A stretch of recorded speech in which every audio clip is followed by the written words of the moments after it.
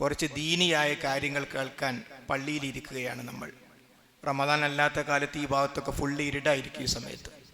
ഇനി വീട്ടിൽ പോയിട്ട് എന്താ പരിപാടി? രാവിലെ 4 മണിയാകുമ്പോഴേക്ക് വീണ്ടും നമ്മൾ തന്നെയാണോ ഇത്? റമദാൻ അല്ലാത്ത കാലത്തെ നമ്മളും റമദാനിലെ നമ്മളൊന്ന് നോക്കിയേ. ഇതിൽ നിന്ന് നമുക്ക് ലഭിക്കുന്നൊരു വലിയ പാഠം, മാറാൻ കഴിയും, നമുക്ക് മാറാൻ കഴിയുമെന്ന് നമ്മൾ തെളിയിക്കുകയാണ്. പകൽ മുഴുവൻ പട്ടിണി കിടന്ന നമ്മൾ, രാത്രി ദീർഘമായി നമസ്കരിക്കുന്ന നമ്മൾ, സുബഹിക്ക് മുമ്പ് വീണ്ടും എഴുന്നേൽക്കുന്നു. എന്താ കാരണം? റമദാൻ തുടങ്ങി അല്ലെങ്കിൽ മാസം കണ്ടു എന്നൊരു വിവരം കിട്ടിയൊരൊറ്റ കാരണത്താൽ. അതുകൊണ്ട് സഹോദരങ്ങളെ, ഈ വിശുദ്ധമായ ദിനരാത്രങ്ങൾ, നമ്മുടെ പാപങ്ങൾ കഴുകിക്കളയാൻ നമ്മൾ ഓരോരുത്തരും ബോധപൂർവം ശ്രമിക്കണം. അള്ളാഹു തൗഫീക്ക് ചെയ്യുമാറാകട്ടെ. നമ്മുടെ കുടുംബവുമായി ബന്ധപ്പെട്ട അല്പം ചില കാര്യങ്ങൾ മാത്രം, ഈ ചെറിയ സമയം ദീർഘിച്ച് സംസാരിക്കാൻ പാടില്ലാത്ത ഒരു സമയമാണിത്. അല്പം ചില കാര്യങ്ങൾ. ഒന്ന്, നമ്മുടെ കുടുംബം നമ്മളും തൃപ്തികരമായ അവസ്ഥയിൽ മുന്നോട്ട് പോകുന്നിടത്ത് ഈ തറാവീഹിൽ നിന്ന് തുടങ്ങണം. അഥവാ ഈ തറാവീഹ് നമസ്കാരം, തറാവീഹ് എന്ന പേര് ഖുർആനിലോ ഹദീസിലോ ഇല്ല. വിശ്രമിച്ച് നമസ്കരിക്കുന്നതുകൊണ്ട് പിൽക്കാലഘട്ടത്തിൽ പണ്ഡിതന്മാർ കൊടുത്ത പേരാണ് തറാവീഹ്. ഇമാം ബുഖാരിയൊക്കെ കിതാബു തറാവീഹ് എന്ന അധ്യായം കൊടുത്തു. ഈ നമസ്കാരം പെരുന്നാളിൻ്റെ അന്ന് രാത്രിയുണ്ട്. 365 ദിവസവും ഈ നമസ്കാരമുണ്ട്. റമളാനിൽ ഹബീബായ നബി കരീം സല്ലല്ലാഹു അലൈഹി വസല്ലം 3 ദിവസം ഇമാമും ജമാഅത്തുമായി റസൂലുള്ള ഇമാമ് നിന്ന് നമസ്കരിച്ചു. 4-ാം ദിവസം റസൂലുള്ളയെ കണ്ടില്ല. സ്വഹാബത്ത് ഒന്നിച്ച് കൂട്ടം കൂട്ടമായി വന്നു. എന്തേ? നിങ്ങൾക്ക് ളുഹർ പോലെ അസർ പോലെ നിർബന്ധമാക്കപ്പെടുമോ എന്ന് ഞാൻ ഭയപ്പെടുന്നു. ഉമർ ഖത്താബിന്റെ കാലത്ത് വീണ്ടും റസൂലുള്ള തുടങ്ങി വെച്ച ആ ജമാഅത്ത് വീണ്ടും പുനഃസ്ഥാപിച്ചു. പുതിയത് തുടങ്ങിയതല്ല, പഴയത് പുനഃസ്ഥാപിച്ചു. ആ നമസ്കാരം തഹജ്ജുദ് എന്ന് പറയും, ഖിയാമു റമളാൻ എന്ന് പറയും, ഖിയാമുൽ ലൈൽ എന്ന് പറയും, വിത്ർ എന്ന് പറയും, എല്ലാം ഒന്ന് തന്നെ. റമളാനിലോ അല്ലാത്ത കാലത്തോ റസൂലുള്ള 11 വർദ്ധിപ്പിച്ചിട്ടില്ല എന്ന് നമ്മുടെ ഉമ്മ ആയിഷ റളിയല്ലാഹു അൻഹ റിപ്പോർട്ട് ചെയ്ത ആ ഹദീസ്. ഈ നമസ്കാരം നമുക്ക് റമളാൻ കഴിഞ്ഞാൽ തുടരാൻ കഴിയുമോ? നമ്മൾ വെറുതെ ആലോചിക്കുക. ഇങ്ങനൊക്കെ നിസ്കരിക്കുന്ന 11 നിസ്കരിച്ച് തീർക്കുന്ന, അതും റമളാനിലെ നോമ്പ് കഴിഞ്ഞിട്ട്, പകൽ സമയത്ത് നോമ്പ് കഴിഞ്ഞ് നമുക്ക് ഒരു 1, ഒരു 3, ഒരു 5 ഒറ്റയാക്കി നമുക്ക് സ്ഥിരമായി ചെയ്യാൻ കഴിയും. നമ്മൾ ആലോചിക്കുക. നല്ല തീരുമാനമെടുക്കാൻ അള്ളാഹു തൗഫീക്ക് ചെയ്യുമാറാകട്ടെ. ഒരു വ്യക്തിയുടെ, സ്വർഗത്തിൽ പോകുന്ന ഒരു വ്യക്തിയുടെ ജീവിതം, സഹോദരന്മാരെ സഹോദരിമാരെ, അത് ഏറ്റവും നല്ല ജീവിതം സുബഹിക്ക് മുമ്പ് തുടങ്ങും. സുബഹിക്ക് മുമ്പ് തുടങ്ങും. വബിൽ അസ്ഹാരി ഹും യസ്തഗ്ഫിറൂൻ, ഒരു ഖുർആൻ ആയത്താണ്. വബിൽ അസ്ഹാരി ഹും യസ്തഗ്ഫിറൂൻ, രാത്രിയുടെ അന്ത്യയാമങ്ങളിൽ അത്താഴം, ഇന്നഫി സുഹൂരി ബറക, തീർച്ചയായും അത്താഴത്തിൽ ബറക്കത്തുണ്ട്. അതേ പദം, വബിൽ അസ്ഹാരി ഹും യസ്തഗ്ഫിറൂൻ, അത്താഴത്തിന്റെ സമയം, രാത്രിയുടെ അന്ത്യയാമങ്ങളിൽ അവർ അല്ലാഹുവോട് ഇസ്തിഗ്ഫാർ തേടുന്നു. ഇന്നലെ പുലർച്ചെ എഴുന്നേറ്റപ്പോ ഇസ്തിഗ്ഫാർ തേടിയുന്നോ? പുലർച്ചെ എഴുന്നേറ്റാൽ നമ്മൾ ചെയ്യേണ്ടതായി ഖുർആൻ പഠിപ്പിക്കുന്ന കാര്യം, ഭക്ഷണം കഴിക്കുന്നതിന് മുമ്പൊന്ന് ആ മുസല്ലിൽക്ക് മാറിന്ന് കൈകൾ ഉയർത്തിയിട്ട് പടച്ചവനോട് ഇസ്തിഗ്ഫാർ തേടുക. അല്ലെങ്കിൽ ഭക്ഷണം കഴിച്ച് വാങ്ങിക്കൊടുക്കുക, ഇനിയുണ്ട് ഒരു 10 മിനിറ്റ്, ഒന്ന് മാറി നിന്നിട്ട് പടച്ചവനോട് ഇസ്തിഗ്ഫാർ തേടുക. അല്ലെങ്കിൽ ആ ഭക്ഷണത്തിന്റെ മുമ്പിലിരിക്കെ പടച്ചവനോട് ഇസ്തിഗ്ഫാർ തേടുക. ഇത് റമളാനിൽ മാത്രമല്ല, സത്യവിശ്വാസികളുടെ, സ്വർഗത്തിൽ പോകുന്ന ആളുകളുടെ പ്രത്യേകതയായി വിശുദ്ധ ഖുർആൻ പഠിപ്പിച്ച കാര്യമാണ്. ഇനിയുണ്ട് നോമ്പ് കഴിഞ്ഞിട്ടൊന്നുമില്ല. എന്ത് അപാകത കഴിഞ്ഞ ദിവസം പറ്റിയെങ്കിലും അതൊക്കെ പരിഹരിക്കാൻ മണിക്കൂറുകൾ നമ്മുടെ മുമ്പിലുണ്ട്. ഇബ്ലീസ് പറയും, എല്ലാം പോയി, നോമ്പ് പകുതി പോയി, എനിക്ക് അങ്ങോട്ട് ഉറങ്ങി തീർത്താളെന്ന് പറയും. പോടാ അവിടുന്ന്, ഉറങ്ങി തീർക്കാനൊന്നും പറ്റൂല. കുറച്ച് അബദ്ധം പറ്റിപ്പോയിട്ടുണ്ട് കഴിഞ്ഞ ദിവസങ്ങളിൽ, ഖുർആനൊത്തൊന്നും ഇത്ര ശരിയായിട്ടില്ല. അതൊക്കെ ശരിയാക്കാനുള്ള ദിവസം നമ്മുടെ മുമ്പിലുണ്ട്. പക്ഷെ ഒരു കാര്യം ശ്രദ്ധിക്കണം, എൻ്റെ ശബ്ദം കേൾക്കുന്ന ആരെങ്കിലും അത്താഴത്തിന്റെ സന്ദർഭത്തിൽ ഇസ്തിഗ്ഫാർ തേടുന്ന കാര്യം ശ്രദ്ധിച്ചിട്ടില്ലെങ്കിൽ അത് വലിയ നഷ്ടമാണ്. കാരണം വിശുദ്ധ ഖുർആൻ ആയത്താണത്. അപ്പോൾ നമ്മൾ ആ ഇസ്തിഗ്ഫാർ നമ്മുടെ ഭാര്യയോട് പറഞ്ഞു കൊടുക്കുക, ഭർത്താക്കന്മാരോട് പറഞ്ഞു കൊടുക്കുക, മക്കളോട് പറഞ്ഞു കൊടുക്കുക, കുടുംബ ഗ്രൂപ്പ് അറിയുക. കുടുംബ ഗ്രൂപ്പ് ഈ തമാശ പറയാൻ മാത്രമുള്ള അല്ല, നമ്മളെ ഫോട്ടോ ഇടാൻ മാത്രമുള്ള അല്ല. കുടുംബ ഗ്രൂപ്പ് സ്വർഗത്തിൽ പോകുന്ന ഒരു ഗ്രൂപ്പാക്കി മാറ്റണം. എപ്പോഴും ഇങ്ങനെ ഗൗരവപരമായ കാര്യങ്ങൾ പറയണം എന്നല്ല. ഒരു വെള്ളിയാഴ്ചക്ക് വരുമ്പം ഇന്ന് സൂറത്തുൽ കഹ്ഫ് ഓതണം, ഇന്ന് റസൂലുള്ളാഹി വേണ്ടി സ്വലാത്ത് വർദ്ധിപ്പിക്കണം, അങ്ങനെ കുറച്ച് കാര്യമൊക്കെ ഒരാളങ്ങ് വോയിസ് ഇട്ടേക്കുക, ഒരു ടെസ്റ്റ് ഇട്ടേക്കുക. അപ്പോൾ എല്ലാവരും ശ്രദ്ധിച്ചോളും. കാരണം നമ്മുടെ കുടുംബം ഒന്നിച്ച് സ്വർഗത്തിൽ പോകാനല്ലേ നമ്മൾ ആഗ്രഹിക്കേണ്ടത്. അപ്പോൾ ഒന്നാമത്തെ പോയിന്റ് കഴിഞ്ഞു. അഥവാ സുബഹിക്ക് മുമ്പ് ജീവിതം ആരംഭിക്കുക. നമ്മുടെ ഒരു ആഗ്രഹം, നമ്മളെപ്പോഴാണ് മരിക്കുക എന്നറിയില്ലല്ലോ. അതുകൊണ്ട് സുബഹിക്ക് മുമ്പ് എഴുന്നേൽക്കുക. എന്നിട്ട് നമ്മുടെ കാര്യം, നമ്മുടെ മക്കളുടെ കാര്യം, എല്ലാ കാര്യവും പടച്ചവനോട് പറയാം. ഇനി അതൊന്നും നിങ്ങൾ അങ്ങനെയൊക്കെ പറഞ്ഞാലും എൻ്റെ കാര്യം എനിക്കല്ല, ഞാൻ സുബൈക്ക് തന്നെ വലിയ കഷ്ടമാണ്. നിങ്ങൾ സുബൈക്ക് മുമ്പ് അങ്ങനെ തോന്നുന്ന ആൾക്കാർ ഇശ കഴിഞ്ഞിട്ട് ഈ നിസ്കാരം നിർവഹിക്കുക. ഇശ കഴിഞ്ഞ് ഇശാന്റെ 2 റക്അത്ത് സുന്നത്തും കഴിഞ്ഞിട്ട് ഒരു 3 റക്അത്തോ 5 റക്അത്തോ നിസ്കരിച്ച് ആഗ്രഹിക്കുക സുബൈക്ക് മുമ്പ് എഴുന്നേൽക്കണം. അത് നമ്മൾ പടച്ചോന്റെ തൗഫീഖ് ഉണ്ടെങ്കിൽ നമുക്ക് സാധ്യമാകും. അപ്പോൾ ഒന്ന്, അള്ളാഹുവോട് ഇസ്തിഗ്ഫാർ തേടുന്ന സുബഹിക്ക് മുമ്പ് ജീവിതം ആരംഭിക്കുന്ന സ്വഭാവം നമ്മളിൽ ഉണ്ടാവുക. രണ്ടാമത്തെ കാര്യം, നമ്മുടെ കുടുംബവും പള്ളിയും തമ്മിൽ അഭേദ്യമായ ബന്ധമുണ്ടാകണം. പള്ളിയിൽ സ്ത്രീകളെ നിർബന്ധിച്ചു കൊണ്ടുപോകാൻ റസൂലുള്ളാഹി പഠിപ്പിച്ചിട്ടില്ല. എന്നാൽ അവിടുന്ന് പറഞ്ഞു, ലാ തംനഉ ഇമാ അല്ലാഹി മസാജിദല്ലാഹ്, അള്ളാഹുവിൻ്റെ അടിയാത്തികളായ സ്ത്രീകളെ നിങ്ങളെ പള്ളികളെ തൊട്ട് തടയരുത്. മദീനയിൽ പോയാൽ നമുക്ക് മദീന പള്ളിയിൽ ബാബുൻ നിസാ കാണാം. ആ ബാബുൻ നിസാ ഒക്കെ പരിഷ്കരിച്ച് വലിയ രൂപത്തിലായിട്ടുണ്ട്. പക്ഷെ തുടക്കത്തിൽ ഒരു വാതിൽ സ്ത്രീകൾക്ക് നിശ്ചയിച്ചത് മുത്തു മുഹമ്മദ് മുസ്തഫ നബി കരീം സ്വല്ലല്ലാഹു അലൈഹി വസല്ലമയാണ്. ബുഖാരി ഹദീസിൽ കാണാം, സുബഹ് ജമാഅത്ത് കഴിഞ്ഞാൽ ഇരുട്ടിൽ സ്ത്രീകളെ തിരിച്ചറിയുമായിരുന്നില്ല എന്നാണ്. അപ്പുറത്തൊക്കെ നോക്കിയാൽ നമ്മളെ ഭാര്യനാണോ അതെന്ന് കാണാത്ത തരത്തിൽ ആ ഇരുട്ട് മാറും മുമ്പ് സ്ത്രീകൾ അവരുടെ വീട്ടിലേക്ക് പോകുമായിരുന്നു. കുന്ന നിസാഉൽ മുഅ്മിനാത്തി യശ്ഹദ്ന മഅ റസൂലില്ലാഹി സ്വല്ലല്ലാഹു അലൈഹി വസല്ലം സലാത്തുൽ ഫജ്ർ. സലാത്തുൽ ഫജ്റിന് സത്യവിശ്വാസിനികളായ സ്ത്രീകൾ റസൂലുള്ളയോടൊപ്പം ഹറമിൽ അഥവാ മദീന പള്ളിയിൽ പങ്കെടുത്തിരുന്നു എന്ന് കാണാം. അപ്പോൾ കഴിഞ്ഞ ആഴ്ചത്തെ ഖുതുബ നമ്മുടെ ഭാര്യ കേൾക്കേണ്ടതാണോ? നമ്മുടെ പൊന്നുമോള് കേൾക്കേണ്ടതാണോ? നമ്മുടെ ഉമ്മയും പെങ്ങളും കേൾക്കേണ്ടതാണോ? തീർച്ചയായും ഈ ക്ലാസ് അവർ കേൾക്കേണ്ടതാണോ? അപ്പം അതുകൊണ്ട് നമ്മൾ എന്തിനാണ് നമ്മുടെ സഹോദരിമാർക്ക് ദീൻ കിട്ടുന്ന ഈ ഒരു കാര്യത്തെ എന്തുകൊണ്ട് നമ്മൾ പ്രോത്സാഹിപ്പിക്കുന്നില്ല? അപ്പം അതുകൊണ്ട് ഒരു വീട്ടിൽ പ്രത്യേകിച്ച് ചെറിയ കുട്ടികളോ പ്രായമുള്ളവരോ രോഗമൊന്നുമില്ല എങ്കിൽ ആ കാറിൽ എല്ലാവർക്കും കൂടി ഇങ്ങ് പോകുന്നൂടെ പള്ളിയിലേക്ക്? സ്ത്രീകൾ പേക്ക് നിസ്കരിക്കട്ടെ, നമ്മുടെ മോള് ദീന് കേൾക്കട്ടെ എന്ന് നമ്മൾ ചിന്തിക്കണ്ടേ? അപ്പം അതുകൊണ്ട് പള്ളിയുമായി പ്രത്യേകിച്ച് ജുമാ ദിവസം സൂറത്തുൽ ഖാഫ് ഒരു സ്വഹാബ വനിത പഠിച്ചത് അള്ളാന്റെ റസൂലിന്റെ ഖുതുബ കേട്ടിട്ടാണ്. സൂറത്തുൽ ഖാഫ് ഇങ്ങനെ കുറച്ച് റസൂലുള്ളാഹി സ്വല്ലല്ലാഹു അലൈഹി വസല്ലം ഖുതുബയിലൂടെ പഠിപ്പിച്ചു. അപ്പോൾ സ്വഹാബ വനിതകൾ അവസാനത്തെ 10 റസൂലുള്ളാഹി വൈകുന്നേരം ആകുമ്പം റസൂലുള്ളാഹി അവിടെ റസൂലുള്ളാഹി ആയിഷ ബീവിയുടെ മടിയിൽ കിടക്കും. ആയിഷ ബീവിന്റെ മടിയിൽ കിടന്നു കൊടുക്കും. അപ്പോൾ അത്രയും ഭാര്യ ഭർത്താക്കന്മാരൊക്കെ പള്ളിയിലുണ്ടായിരുന്നു എന്നർത്ഥം.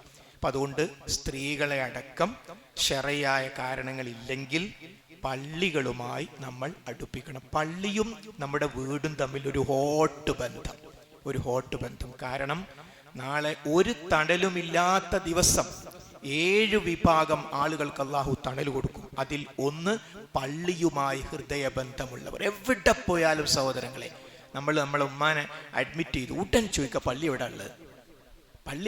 നേരെ പള്ളി പോവുക, പടച്ചോനെ പെട്ടെന്ന് ഡിസ്ചാർജ് ആക്കണേ, അപ്പൊ അവിടെ തുടങ്ങിക്കോളുക. എവിടെ പോയാലും പള്ളി.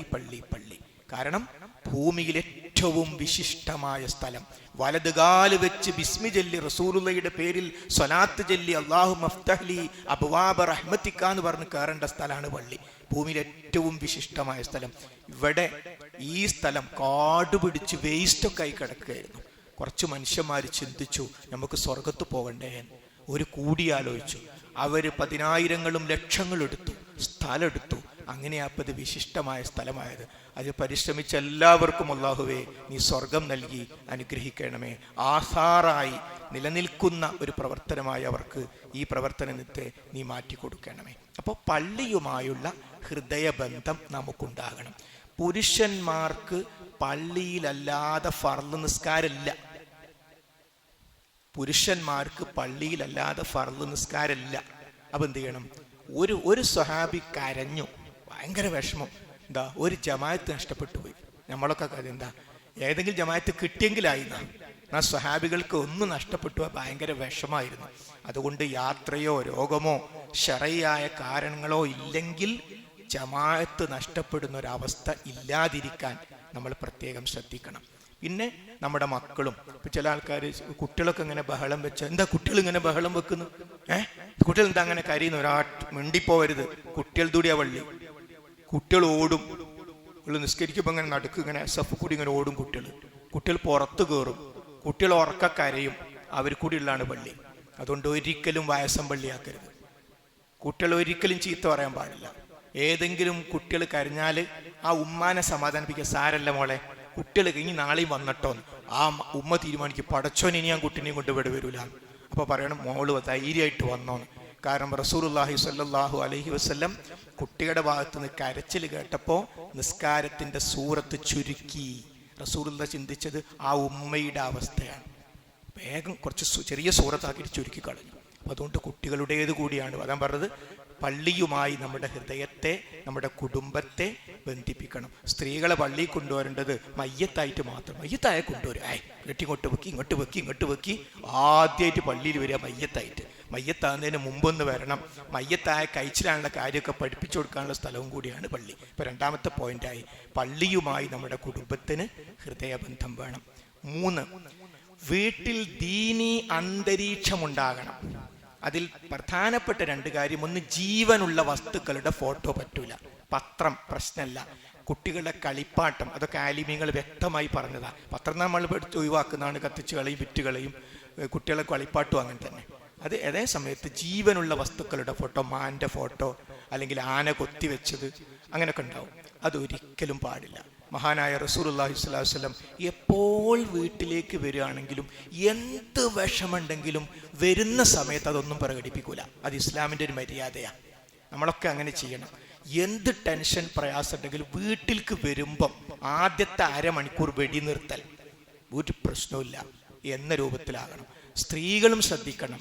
എന്ത് അന്താരാഷ്ട്ര പ്രശ്നം ഉണ്ടെങ്കിലും തോക്കിൽ ഉണ്ടങ്ങനെ റെഡി ഇങ്ങോട്ട് പെരട്ടെ കാണിച്ചു കൊടുക്കുക. ഫോണും കൂടി എടുക്കില്ല. ഞാൻ ഈ കുട്ടിനെയും കൊണ്ട് സ്വന്തമായിട്ട് ആശുപത്രി പോണ്ടി വന്ന് ഫോൺ എടുക്കുന്നില്ല എന്നൊക്കെ പറഞ്ഞിങ്ങനെ ഭർത്താവ് വരാൻ കാത്തു കഴിക്കും. മിണ്ടിപ്പോറത് ആദ്യത്തെ അരമണിക്കൂർ മിണ്ടരുത്. അത് ഇസ്ലാമിൻ്റെ രീതിയാണ്.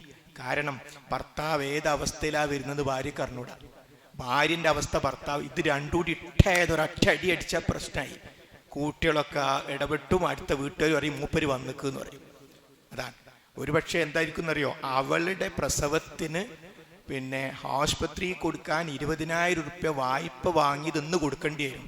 അതിന് ഓടുമ്പോൾ അവൾ വിളിച്ച് കുട്ടി വീണിക്കെന്ന് പറഞ്ഞിട്ട്, സാരല്ല ഓളെ ഫോണല്ലേ, ഞാൻ പെട്ടെന്ന് 20,000 കൊടുക്കട്ടെ, അവസാനം 15,000 കിട്ടിയുള്ളൂ. 5,000 രൂപയ്ക്ക് പൊളിച്ച ചീത്ത. ഈ എങ്ങനെയാണ് അന്ന് വാങ്ങിക്കൊണ്ടത്? എന്നിട്ട് 5,000 രൂപ കുറച്ചല്ലേ തന്നത്? അങ്ങനെ മേജാറായി വീട്ടിൽ ചെല്ലുമ്പോൾ എവിടെയായിരുന്നു, കൂട്ടി വീണ് നാശമായി, നിങ്ങൾ ഫോണും കൂടി എടുക്കൂല, എൻ്റെത് മാത്രം കുട്ടി. അപ്പൊക്ക് ഇയാടെ ദേഷ്യം പിടിച്ചു, ഇവളെ ആ കുട്ടീനെ പ്രസവിക്കുമ്പോൾ വാങ്ങിയ 20,000 രൂപ. എന്താ മനസ്സിലാക്കിയത്? പ്രശ്നമായി. അതാ പറഞ്ഞ ആദ്യത്തെ അരമണിക്കൂർ വെടി നിർത്തൽ ഒരക്ഷരം മിണ്ടാൻ പാടില്ല. ചില ആൾക്കാർ പറയും ആ ഹദീസ് പിന്നെ ഓർമ്മയത്, വീട്ടിൽ പോയി ബഹളം ഉണ്ടാക്കിയ മൂപ്പര് അങ്ങനെ ഒരു ഹദീസ് ഉണ്ടല്ലോ എന്ന് ഓർമ്മയത്. ചില ആൾക്കാർക്ക് ഇങ്ങോട്ട് പിടിച്ചു നിൽക്കൂല. പിടിച്ചു നിൽക്കണം. സ്വഹാബി വന്നു വീട്ടിലേക്ക്, കുഞ്ഞു മരിച്ചെടുക്കുക, ഭാര്യ മിണ്ടിയില്ല. ഭർത്താവിൻ്റെ പ്രാഥമിക കാര്യങ്ങളൊക്കെ ചെയ്തു കൊടുത്തിട്ട് ചോദിച്ചു, നമുക്ക് ആരെങ്കിലും ഒരു സാധനം വായ്പ എന്നാൽ അത് തിരിച്ചു കൊടുക്കണം, എന്നാൽ നമ്മളെ കുട്ടീനെ അള്ളാഹ് തിരിച്ചെടുത്ത് കിട്ടോ എന്ന് പറഞ്ഞു. ആ ഭർത്താവിന് മനസ്സിലാവുന്ന രൂപത്ത് പറഞ്ഞു കൊടുത്തു. അതുകൊണ്ട് അപ്പുറത്ത് ഭാര്യമാരും ഇപ്പുറത്ത് ഭർത്താക്കന്മാരും ഒക്കെ ഉണ്ട്. ശ്രദ്ധിക്കുക. വീട്ടിലേക്ക് ആദ്യമായി വരുന്ന സമയത്തിൻ്റെ ആദ്യ ഭാഗം ഒരു കാരണവശാലും പ്രശ്നങ്ങളും പ്രയാസങ്ങളും പറയരുത്. അത് എൻ്റെ ഒരാശയമല്ല, നബി കരീം സല്ലല്ലാഹു അലൈഹി വസല്ലം നമുക്ക് പഠിപ്പിച്ച കാര്യമാണ്. ശരി. അപ്പോൾ വീട്ടിൽ ദീനി അന്തരീക്ഷത്തിൽ ഒന്ന്, ജീവനുള്ള വസ്തുക്കൾ. റസൂലുള്ള വീട്ടിലേക്ക്, അത് നമ്മൾ പറഞ്ഞത്, കടന്നു വരുമ്പോൾ ഒരു വിരി, ആ വിരിൻ്റെ മുകളിൽ ജീവനുള്ളൊരു വസ്തുവിൻ്റെ ഫോട്ടോ. റസൂലുള്ളാഹിക്ക് ഒരിക്കലും വീട്ടിലേക്ക് വരുമ്പം മുഖം കറുപ്പിക്കാത്ത റസൂലുള്ള ശക്തമായി എടുത്തു മാറ്റൂ എന്ന് പറഞ്ഞു. ഇതിൻ്റെ അർത്ഥം എന്താ? ജീവനുള്ള വസ്തുക്കളുടെ ഫോട്ടോ നമ്മുടെ വീട്ടിൽ വേണ്ട. മോനൊരു ട്രോഫി കിട്ടി, ട്രോഫിയിൽ മോൻ്റെ ഫോട്ടോ, ഒന്നുകിൽ ഫോട്ടോ വേണ്ട, അതല്ലെങ്കിൽ അവിടെ ഒട്ടിച്ച് വെച്ചേക്കണം. കുറച്ച് അധികമായിപ്പോയല്ലോ, എത്ര കുട്ടിക്ക് സമ്മാനം കിട്ടുന്നത്. അപ്പം നിങ്ങൾ കുറച്ച് സ്ട്രോങ് അല്ല സഹോദരങ്ങളെ. അള്ളാന്റെ റസൂല് കർശനമായി പറഞ്ഞ വിഷയമാണ്.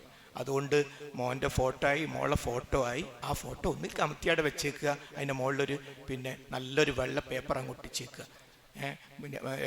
ഞാൻ എൻ്റെ ഓഫീസിൽ നിന്ന് പറഞ്ഞു, എനിക്കെൻ്റെ പേര് വെച്ചാൽ മതി, ഫോട്ടോ വേണ്ട. ഇങ്ങനെ ഒരു പ്രശ്നമുണ്ട്. ഒരു സന്തോഷമായിട്ട് ഞാൻ മുണ്ടേരിയിൽ നിന്ന് ഒഴിവാകുമ്പോൾ എൻ്റെ പേര് മാത്രം അപ്പോൾ അവിടെ വെക്കാലോ, നമ്മൾ ഹോസ്പിറ്റലിലെ പേര്. അതൊരു വിഷയമല്ല, പറഞ്ഞ ആൾക്കാർക്ക് മനസ്സിലാവും. എന്തേ റസൂലുള്ളാഹി സ്വല്ലല്ലാഹു അലൈഹി വസല്ലം ഫോട്ടോ അത്ര കർശനം. ഫോട്ടോ എവിടേക്ക് എത്തുമെന്നറിയോ? വിഗ്രഹാരാധനയിലേക്ക് എത്തും. ചില വീട്ടിൻ്റെ മുകളിലൊക്കെ ഉണ്ടാവും കാരണവരെ ഫോട്ടോ, വല്യാപ്പൻ്റെ ഫോട്ടോ ഒക്കെ. എന്തിനാ? അതോ നമുക്കറിയോ, ഈ സ്ഥലമൊക്കെ ഈ മനുഷ്യൻ അധ്വാനിച്ച് വാങ്ങിയതാ, അടുത്ത തലമുറ അറിയട്ടെ വലിയ കാരണവരാരാണെന്ന്. അത് ശരി, അങ്ങനെയാണല്ലേ. അപ്പോൾ വലിയ കാരണവരെ ഓർക്കാൻ വേണ്ടി ആ ഫോട്ടോ വെച്ചില്ലേ, എന്നാ ഫോട്ടോ എടുത്ത് മാറ്റി വേറൊരു ഫോട്ടോ അവിടെ വെക്കേണ്ടിയുണ്ട്. ആരുതെന്നറിയോ? മുത്തു മുഹമ്മദ് മുസ്തഫ നബി കരീം സ്വല്ലല്ലാഹു അലൈഹി വസല്ലമയുടെ ഫോട്ടോ. ആരുടെയെങ്കിലും ഫോട്ടോ നമ്മുടെ വീട്ടിൽ വെക്കാമായിരുന്നുവെങ്കിൽ അത് അള്ളാന്റെ റസൂലിന്റെ ഫോട്ടോ ആയിരുന്നു. വെക്കാൻ ഒരു മുസ്ലിമും തയ്യാറാവില്ല. ഞാൻ ചെറുപ്പത്തിൽ സ്കൂൾ പഠിക്കുന്ന കാലത്ത് യുറീക്ക എന്ന് പറയുന്ന ഒരു പ്രസിദ്ധീകരണത്തിൽ അള്ളാന്റെ റസൂലിന്റെ ഫോട്ടോ പ്രസിദ്ധീകരിച്ചു. അന്ന് മൊബൈലും കാര്യമൊന്നുമില്ല. പക്ഷേ മണിക്കൂർ കൊണ്ട് കോഴിക്കോട്ടേക്ക് ജനങ്ങൾ ഒഴുകി. എല്ലാ മുസ്ലിമീങ്ങളും പ്രകടനം, അവർ മാപ്പ് പറഞ്ഞു, ഞങ്ങൾ ആ രക്ക ഇറക്കുന്നില്ല എന്ന് പറഞ്ഞു. അത് സുന്നി മുജാഹിദ് വ്യത്യാസമൊന്നുമില്ല, എല്ലാവരും കൂടി. എന്താ അള്ളാന്റെ റസൂലിന്റെ ഫോട്ടോ എത്ര പ്രശ്നം? റസൂൽ നിരോധിച്ച കാര്യമാണ്. അപ്പോൾ നമ്മളിങ്ങനെ എല്ലാ ദിവസവും കാണുന്ന വലിയ കാരണവരെ ഫോട്ടോ, വല്യുപ്പാൻ്റെ ഫോട്ടോ, നമ്മൾ ഉംറക്ക് പോവുക കുടുംബസമേതം, ഒന്ന് അങ്ങോട്ട് നോക്കുമോ? നമ്മൾ പോയി വരട്ടെ നോക്കുമോ? നോക്കിപ്പോവും. അതുകൊണ്ട് ഫോട്ടോ. അപ്പോൾ ഈ വലിയ കാരണവരെങ്ങനെ കുട്ടികളെ ഓർക്കുക? പറഞ്ഞു കൊടുക്കുക, മോനെ നമ്മളൊരു കാരണവരുണ്ടായിട്ടോ, അയമുക്കാനായും പേര്, ഈ സ്ഥലമൊക്കെ നമ്മളെ വലിയ കാരണവർ വാങ്ങിയതാ, മോനെ ദ്വാരക്കണം കേട്ടോ. അങ്ങനെ ഓർക്കുന്നുണ്ട്. അള്ളാഹ് റസൂൽ നമ്മൾ അങ്ങനെ ഓർക്കുന്നത്. ഞാൻ സംസാരം തുടങ്ങിയപ്പോൾ അള്ളാഹിൻ്റെ റസൂലിന് വേണ്ടി ദ്വാരുന്നു. സ്വലാത്ത് റസൂലിനെ ഓർക്കേണ്ടത് റസൂലിനൊക്കെ വേണ്ടി പ്രാർത്ഥിച്ചിട്ടാണ്. വല്യാപ്പനെ ഓർക്കേണ്ടത്, വല്യുമ്മനെ ഓർക്കേണ്ടത്, കാരണവരെ ഓർക്കേണ്ടത് അവർക്ക് വേണ്ടി പ്രാർത്ഥിച്ചു. അപ്പോൾ ഫോട്ടോ വീട്ടിൽ വേണ്ട. 2 നായ, പിന്നെ പ്രത്യേകിച്ച് പറയേണ്ടതില്ല. 2 കാര്യത്തിനെ പറ്റുള്ളൂ. ഒന്ന് വേട്ട, മറ്റൊന്ന് കാവൽ. കാവലാകുമ്പോൾ വീട്ടിൽ കുറച്ച് ദൂരം വേണം. നമ്മൾ ഈ സോഫയിലൊക്കെ ഇറങ്ങി കളിക്കുക, കാറിൽ കയറി കളിക്കുക, വീട്ടിൻ്റെ ഉള്ളിൽ കളിക്കുക. ഇത് ഈ അവസ്ഥയിൽ നായ പറ്റില്ല. അള്ളാഹുവിൻ്റെ റഹ്മത്തിൻ്റെ മലക്കുകൾ നമ്മുടെ വീട്ടിൽ നിരോധിക്കപ്പെടും. ഈ 2 കാര്യങ്ങൾ നമ്മൾ ശ്രദ്ധിക്കുക. മറ്റൊന്ന് വീട്ടിലെ ഖുർആൻ പാരായണം. പ്രത്യേകിച്ച് ഇന്ന ഖുർആൻ അൽ ഫജ്ർ, ഖുർആൻ എടുത്തു പറയാണ്, പ്രഭാത സന്ദർഭത്തിലെ ഖുർആൻ പാരായണം. എൻ്റെയും നിങ്ങളുടെയും വീട്ടിലെ കാര്യമായി പറയുന്നത്, വേറെ ആരോ വീട്ടിലെ കാര്യമല്ല. എൻ്റെയും നിങ്ങളുടെയും വീടുകളിൽ പ്രഭാത സന്ദർഭം മൊബൈലൊക്കെ അങ്ങോട്ട് മാറ്റി വെക്ക്. ആ പ്രഭാതം പിന്നെ കിട്ടൂല. ഖുർആൻ ഇങ്ങനെ അങ്ങോട്ട് ഓതുക. അള്ളാഹു തൗഫീഖ് ചെയ്യുമാറാകട്ടെ. അതിൽ പ്രത്യേകം റസൂൽ എടുത്തു പറഞ്ഞ സൂറത്താണ് സൂറത്തുൽ ബഖറ. ആ സൂറത്തുൽ ബഖറ ഓതിയാൽ യഫിറു ശൈത്താൻ, ശൈത്താൻ വിരണ്ടോടുന്ന. അപ്പൊ നമ്മൾ അടുത്ത തലമുറ വളർന്ന് എഴുന്നേറ്റ് വരേണ്ടത് നമ്മളെ ഖുർആനോത്ത് കേട്ടിട്ടാ. നമ്മളെ വല്യുപ്പാൻ്റെയും വല്യുമ്മാൻ്റെയും അവർക്കൊക്കെ പല തകരാറുണ്ടായിരുന്നു, അന്ധവിശ്വാസം അനാചാരമൊക്കെ ഉണ്ടായിരുന്നു. പക്ഷെ അന്നത്തെ കാലത്ത് ഖുർആനോത്ത് ഉഷാറായിരുന്നു. അപ്പൊ അതുകൊണ്ട് ആ ഖുർആനോത്ത് എൻ്റെയും നിങ്ങളുടെയും വീടുകളിൽ ഉണ്ടാകണമെന്ന് തീരുമാനിക്കേണ്ടത് ഉമ്മയാണ്. അവരാണ് മാതൃക, അവരാണ് കുടുംബത്തിന്റെ നേതൃത്വം. അപ്പോൾ അതാണ് വിശുദ്ധ ഖുർആനിന്റെ പാരായണം. മറ്റൊന്ന്, നമ്മുടെ വീടുകളിൽ നമസ്കാരം നടക്കണം. പുരുഷന്മാരും നിസ്കരിക്കണം. അഥവാ പുരുഷന്മാർക്ക് ഫർദ് നിസ്കാരം പള്ളിയിലെ ഉള്ളൂ എന്ന് പഠിപ്പിച്ച റസൂലുള്ളാഹി സ്വല്ലല്ലാഹു അലൈഹി വസല്ലം. മറ്റൊരു ഹദീസിൽ കാണാം, വീട്ടിൽ നിന്ന് ഫർദ് നിസ്കരിക്കാൻ തുടങ്ങൽ നാശത്തിന്റെ തുടക്കമാണ്. ദീർഘമായ ഹദീസാണ്, അത് വിശദീകരിക്കാൻ സമയമില്ലാത്തതുകൊണ്ടാണ്. വീട്ടിൽ നിസ്കരിച്ച ആണ് തുടങ്ങി, അത് ഒരു വ്യക്തിയുടെ നാശത്തിന്റെ വഴിപിഴവിന്റെ തുടക്കമാണ് എന്ന് ഹബീബായ നബി കരീം സ്വല്ലല്ലാഹു അലൈഹി വസല്ലം പഠിപ്പിക്കുന്നു. അപ്പോൾ ആ റസൂലുള്ളാഹി സ്വല്ലല്ലാഹു അലൈഹി വസല്ലം സ്വഹാബികളുടെ വീട്ടിൽ പള്ളി ഉദ്ഘാടനം ചെയ്തു. നബി മുസല്ല അങ്ങോട്ട് ഉദ്ഘാടനം ചെയ്തു. എന്തിനാ? സുന്നത്ത് നമസ്കരിക്കാൻ, രാത്രി നമസ്കരിക്കാൻ. സ്ത്രീകൾക്ക് വീട്ടിലുള്ള സന്ദർഭത്തിൽ കൂടുതൽ അവർ വീട്ടിലുണ്ടാവുക, ഫർള് നിസ്കരിക്കാൻ, സുന്നത്ത് നിസ്കരിക്കാൻ, നമുക്ക് രാത്രി നിസ്കാരം നിർവഹിക്കാൻ ഒരു മുസല്ല. അത് നമ്മുടെ വീടിൻ്റെ പ്ലാൻ അനുസരിച്ച് പുതിയ പ്ലാനൊക്കെ ഉണ്ടാക്കുമ്പോൾ നിലവിലുള്ള പ്ലാനാണെങ്കിലും ഒരു സമയം, നമുക്ക് കരയാൻ ഒരു സ്ഥലം, നമുക്ക് സുജൂദിൽ കിടക്കാൻ ഒരു സ്ഥലം, നമുക്ക് സുഹൂറിന്റെ സമയത്ത് പോയി കൈ ഉയർത്തി പ്രാർത്ഥിക്കാൻ ഒരു സ്ഥലം, അതാണ് മുസല്ല. അവിടെ വെച്ചാണ് നമ്മളിപ്പോ ഉദാഹരണമായിട്ട് ഒരു ഞായറാഴ്ച ഒരു ഞായറാഴ്ച നാട്ടിലുണ്ട്. നമ്മൾ ളുഹറിന് പള്ളിയിൽ എങ്ങനെയാ വരേണ്ടത്? ശരിക്ക് രണ്ടും 4 റക്അത്ത് ബാങ്ക് കേട്ട് വീട്ടിൽ നിന്ന് നമ്മുടെ വീട്ടിൽ നിസ്കരിക്കുന്ന സ്ഥലത്ത് 4 റക്അത്ത് നിസ്കരിച്ചാ പള്ളിയിലേക്ക് വരേണ്ടത്. അതിനർത്ഥം പള്ളിയിൽ വന്ന് സുനിസ്കരിക്കൽ ഹറാമൊന്നുമല്ല, പക്ഷെ കൂലി കിട്ടും. ഇനി ളുഹർ നിസ്കരിച്ചിട്ട് വീട്ടിലേക്കാണ് പോകുന്നെങ്കിൽ 2 4 വീട്ടിൽ പോയി നിസ്കരിക്കുക. ഇശ കഴിഞ്ഞ് പിന്നെ ഇമാം ഇങ്ങനെ കുറ്റിയിടല്ല എനിക്ക് സുന്നത്ത് നിസ്കരിക്കണം. എന്തിനാ ആ പാവത്തിന് ഇടങ്ങാറാക്കുന്നത്?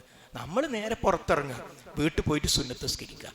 വീണ്ടും ഞാൻ പറയുന്നു, ഒരാൾ ഇശാ നിസ്കാരത്തിന്റെ സുന്നത്ത് പള്ളിയിൽ വെച്ച് നിർവഹിക്കൽ തെറ്റല്ല, പക്ഷെ വലിയൊരു പുണ്യമാണ് സുന്നത്ത് നമസ്കാരം. അപ്പോൾ വീട്ടിൽ അള്ളാഹുവിൻ്റെ ബറക്കത്ത് കിട്ടാൻ കാരണമായി തീരും. മറ്റൊന്ന് സഹോദരന്മാരെ, വീട്ടിൽ വെച്ച് മുതിർന്നവർ കുട്ടികളുടെ മുമ്പിൽ വെച്ച് തെറ്റരുത്. ഭാര്യക്ക് ഭർത്താവിനോട് 4 പറയാനുണ്ട്. കുറച്ച് ന്യായമുള്ള കാര്യങ്ങളാ. കുട്ടികളൊക്കെ സ്കൂൾ വണ്ടി കയറ്റി നിങ്ങളോട് വരും, നിങ്ങൾ എന്താ വിചാരിച്ച് പറഞ്ഞോളി. കുട്ടികളെ മുമ്പിൽ വെച്ച് പറ്റില്ല. ഇനി രാത്രി ഉറങ്ങാൻ നേരത്ത് പറഞ്ഞോളൂ. കുട്ടികളുടെ മുമ്പിൽ, കാരണം അവരുടെ പ്രായവും നമ്മുടെ പ്രായവും വ്യത്യാസമുണ്ട്. നമ്മുടെ പ്രായം മുതിർന്ന പ്രായമാണ്, കുട്ടികളുടെ പ്രായം വളർന്നു വരികയാണ്. അപ്പൊ അവരുടെ മനസ്സിലേക്ക് ഉമ്മ എന്ന് പറഞ്ഞാൽ വിട്ടുകൊടുക്കരുത്, ഉപ്പ പറഞ്ഞാൽ തീരെയും വിട്ടുകൊടുക്കരുത്, ഇങ്ങനെയൊന്ന് അവരുടെ മനസ്സിൽ രൂപപ്പെടും. അതുകൊണ്ട് കുട്ടികളുടെ മുമ്പിൽ വെച്ച് തെറ്റാൻ പാടില്ല. അത് നമ്മൾ വളരെ ശ്രദ്ധിക്കേണ്ട കാര്യമാണ്. മാത്രമല്ല, ഭാര്യാഭർത്തക്കന്മാരെ പറ്റി റസൂൽ പറഞ്ഞത് വഴിയിൽ വെച്ച് തെറ്റാൻ പാടില്ല. കണ്ണൂർ ടൗണിലെത്തി, ഇനി കയ്യുമ്പോൾ നോക്കിക്കോ, ഇനി ഇഷ്ടമുള്ള ബസ് കയറി മിണ്ടിപ്പോറത്. യാത്ര തെറ്റാൻ പറ്റൂല. ചില ആൾക്കാരുണ്ട് യാത്രയിലായിട്ട് തെറ്റും ഭാര്യയും ഭർത്താവും, പറ്റൂല. ഇതൊക്കെ നമ്മൾ മനസ്സിലാക്കണം. അപ്പൊ അതുകൊണ്ട് കുട്ടികളുടെ മുമ്പിൽ വെച്ച് ഒരിക്കലും നമ്മൾ തെറ്റാൻ പാടില്ല. ഭാര്യയും ഭർത്താക്കന്മാരുമ്പോൾ എപ്പോഴും ഭയങ്കര ലോകിയ ഇടയ്ക്കൊക്കെ തെറ്റൊക്കെ ഉണ്ടാവും, കുഴപ്പമില്ല. പക്ഷെ അത് കുട്ടികളുടെ മുമ്പിലാകാൻ ഒരിക്കലും പാടില്ല. മറ്റൊന്ന് ഭക്ഷണം കഴിക്കൽ. ഇപ്പൊ പല വീട്ടിലും ഒരു മൊബൈല്, ഒരു പ്ലേറ്റ്. മൊബൈൽ ഓരോരുത്തർ ഇങ്ങനെ ബൊഫേന്റെ മാതിരി അവിടെ ഇവിടെ ഇങ്ങനെ പോയി നിൽക്കും. അത് അപ്പൊ തൽക്കാലം എന്ത് ചെയ്യാം, ഒരു സുന്നത്ത് നമുക്ക് എടുക്കാം, മൊബൈൽ അങ്ങോട്ട് മാറ്റി വെക്കുക. എന്നിട്ട് എല്ലാവരും കൂടി ഒരു മേശന്റെ ചുറ്റും, മേശൊക്കെ ഉണ്ടാവും, കസാര ഉണ്ടാവും, പക്ഷെ ഒന്നായിട്ട് അങ്ങോട്ട് പോകും. എന്നിട്ടിപ്പോ ഇന്ന സ്ഥലത്ത് ഉമ്മ എന്തൊക്കെ ഉണ്ട് വർത്താനം, ഭക്ഷണം കഴിക്കാൻ പറഞ്ഞ പോരായിരുന്നു. അപ്പൊ അതുകൊണ്ട് സഹോദരങ്ങൾ അത് തിരിച്ചെടുക്കണം. അള്ളാഹു തൗഫീഖ് ചെയ്യട്ടെ. അത് തിരിച്ചെടുക്കണം. ഒന്നിച്ച് ഭക്ഷണം കഴിക്കുക. ഈ ഒന്നിച്ച് ഭക്ഷണം കഴിക്കുമ്പോൾ റസൂലുള്ള മര്യാദകൾ പഠിപ്പിച്ചത്, മോനെ ഭക്ഷണം കഴിക്കുമ്പോ സമ്മില്ലാ, മോന് ബിസ്മി പറയണം. ബിസ്മില്ലാഹിർ റഹ്മാനിർ റഹീം എന്നില്ല. ഭക്ഷണം കഴിക്കുമ്പോൾ ബിസ്മില്ലാന്നേ ഉള്ളൂ. വുളു ചെയ്യുമ്പോൾ ബിസ്മില്ലാന്നേ ഉള്ളൂ. ബിസ്മില്ലാഹിർ റഹ്മാനിർ റഹീം തെറ്റാന്നല്ല, പക്ഷെ റസൂൽ പഠിപ്പിച്ചത് ബിസ്മില്ലാ എന്നാണ്. നിന്റെ ഭാഗത്തുള്ള ഭക്ഷണം കഴിക്കണം, വലത് കൈ കൊണ്ടൊക്കെ പഠിപ്പിച്ചത് ഭക്ഷണം കഴിക്കുമ്പോഴാണ്. അപ്പൊ അതുകൊണ്ട് ഒന്നിച്ചു ഭക്ഷണം കഴിക്കുക. വീട്ടുകാർ പരസ്പരം സംസാരിക്കാൻ സമയം കാണണം. അപ്പത്തെ അത്ര പറയാൻ വീട്ടിലാരോ ഭർത്താവ് അങ്ങനെ ഉണ്ട്. വീട്ടിലെ കാര്യങ്ങൾ ഭാര്യക്ക് ഭർത്താവിനോട്, ഭർത്താവിന് ഭാര്യയോട്, ഉപ്പാക്ക് മക്കളോട്, മക്കൾക്ക് ഉപ്പാനോടൊക്കെ പറയാൻ സമയം കാണണം. അത് വളരെ പ്രധാനമാണ്. മഹാനായ നബി കരീം സ്വല്ലല്ലാഹു അലൈഹി വസല്ലം വീട്ടിലേക്ക് വന്നാൽ ഭാര്യമാരോടൊപ്പം മുഴുകുമായിരുന്നു. അവരെ കാര്യത്തിൽ ഇടപെടുമായിരുന്നു, അവരെ സഹായിക്കും, അവരുടെ വിഷയങ്ങൾ. അതാണ് ദീൻ. അതിൻ്റെ അർത്ഥം അപ്പൊരു ഫോൺ വന്നാൽ എടുക്കണ്ടെന്നല്ല, പക്ഷെ അത് അവർക്ക് കൂടിയുള്ള സമയമാണ്. പല കാര്യങ്ങളും ഭർത്താക്കന്മാരുമായി ഉപ്പമാരൊക്കെ ആലോചിച്ച് തീരുമാനിക്കാൻ കാത്തുക്കും. ഇതിങ്ങനെ കാത്തുക്കല്ലാതെ സമയം കിട്ടുന്നില്ല എന്നൊരവസ്ഥ വരാൻ പാടില്ല. നമ്മുടെ മകൻ മയക്കുമരുന്ന് ഉപയോഗിച്ചെന്നൊരു വിവരം കിട്ടി. സ്കൂളിൽ നിന്ന് 8ാം ക്ലാസ്സിൽ 9ാം ക്ലാസ് പഠിക്കുന്ന മോനാണ്. നമ്മൾ എന്താ ചെയ്യുക? ഒരു വടിയൊക്കെ ചൂരരൊക്കെ റെഡിയാക്കി വെച്ച് ഓനിങ്ങോട്ട് വരട്ടെ, എന്നിട്ട് പിടിച്ച് മുഖം കൊണ്ടുപോയി ചുമരിന് ടീം ഒരൊറ്റ കുത്ത്. എന്നെ എത്രയും കാലം ഞാൻ പഠിപ്പിച്ച പിന്നെ ഒഴിവാക്കുമോ? ഭയങ്കര അടി കിട്ടി, ടീം എന്ന് പറഞ്ഞിട്ട് ചുമരിനടിച്ച്. അതുകൊണ്ട് ഞാൻ ഒഴിവാക്കട്ടെ തീരുമാനിക്കുമോ? ശിക്ഷിക്കണ്ട നല്ല സഹോദരങ്ങളെ. അങ്ങനെ ഒരു വിവരം കിട്ടിയാൽ, നമ്മുടെ മോൾ ഒരു അഫെയറിൽ പെട്ടെന്നുള്ള വിവരം കിട്ടിയാൽ ശിക്ഷിക്കേണ്ട രൂപത്തിൽ ശിക്ഷിക്കണം. പക്ഷേ അവിടെ വേണ്ടത്, ഒരു കാരണവശാലും എൻ്റെയും നിങ്ങളുടെയും മക്കൾ നേരിട്ട് MDMA ഉപയോഗിക്കാൻ പോവില്ല. നേരിട്ട് ഒരു അന്യ പുരുഷനുമായി അന്യ സ്ത്രീയുമായി തെറ്റായ ബന്ധത്തിന് പോവില്ല. എന്തോ ഒരു സാഹചര്യം കുടുങ്ങിയിട്ടുണ്ടാവും. അപ്പം നേരെ തിരിച്ച് അങ്ങനെ വിവരം കിട്ടി. നമ്മൾ ഒന്നും അറിയാത്തതുപോലെ വീട്ടിൽ പോയി മോനെ അങ്ങോട്ട് വിളിച്ചു. വാതിലാണ് കുറ്റിട്ട് ഇരിക്കുന്ന ഒന്നിങ്ങനെ കെട്ടിങ് പിടിച്ച്, മോനെ എന്തു പറ്റി, മോനെ പറ്റി ഇങ്ങനെ ഒരു വിവരം കേട്ടല്ലോ, ഒരു ഉമ്മയായിട്ട് കൊടുത്തു. എന്തു പറ്റി? മോനെ അങ്ങനെ ആവൂല, മോളങ്ങനെ ആവൂല. ആരെ ഈ പറയുന്ന? ഉമ്മ. ഉപ്പ കെട്ടിപ്പിടിച്ചിട്ടായി പറയുന്നത്. അപ്പോൾ ഓൻ പറയൂ, ഉപ്പ അങ്ങനെ ഞാൻ ആ പിന്നെ യൂത്ത് ഫെസ്റ്റിവലിൽ നിന്ന് മറ്റേ ജാബിർ എനിക്കൊരു പൊടി തന്നതാണ്.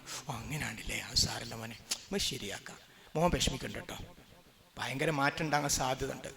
അതാണ് BCC, ബിഹേവിയറൽ ചേഞ്ച് കമ്മ്യൂണിക്കേഷൻ. നിങ്ങളുടെ ഡിപ്പാർട്ട്മെൻറ്റിലൊക്കെ 3 ദിവസത്തെ ട്രെയിനിങ്ങാണ്.